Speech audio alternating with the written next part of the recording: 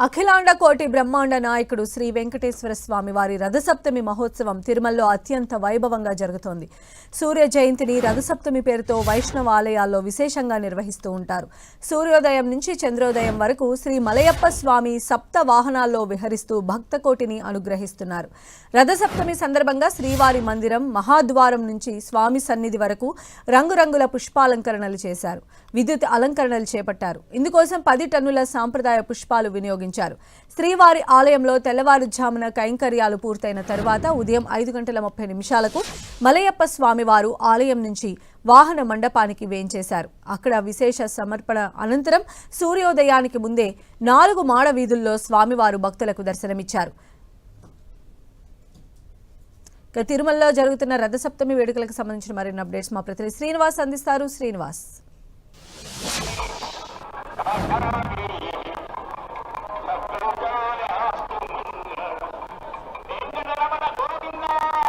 తిరుమలలో రథసప్తమి వేడుకలు అత్యంత వైభవంగా జరుగుతున్నాయి.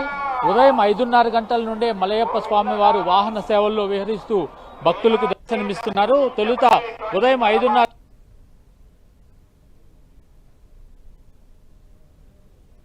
రథసప్తమి వాహన సేవలు జరుగుతాయి. మొత్తంగా మాడ వీధుల్లో అంతా దాదాపుగా 2 లక్షల మంది భక్తులు ఇక్కడ వాహన సేవలు వీక్షించడానికి రావడం జరిగింది. నిన్న రాత్రి నుంచే మాడ వీధుల్లో భక్తులందరూ కూడా ఎక్కడికక్కడ మాడ వీధుల్లోని గ్యాలరీల్లో కూర్చోవడం జరిగింది. వారికి అన్నప్రసాదాలు కావచ్చు, మంచినీరు కావచ్చు, ఇవన్నీ కూడా టీటీడీ అందజేయడానికి ఏర్పాట్లు చేసింది.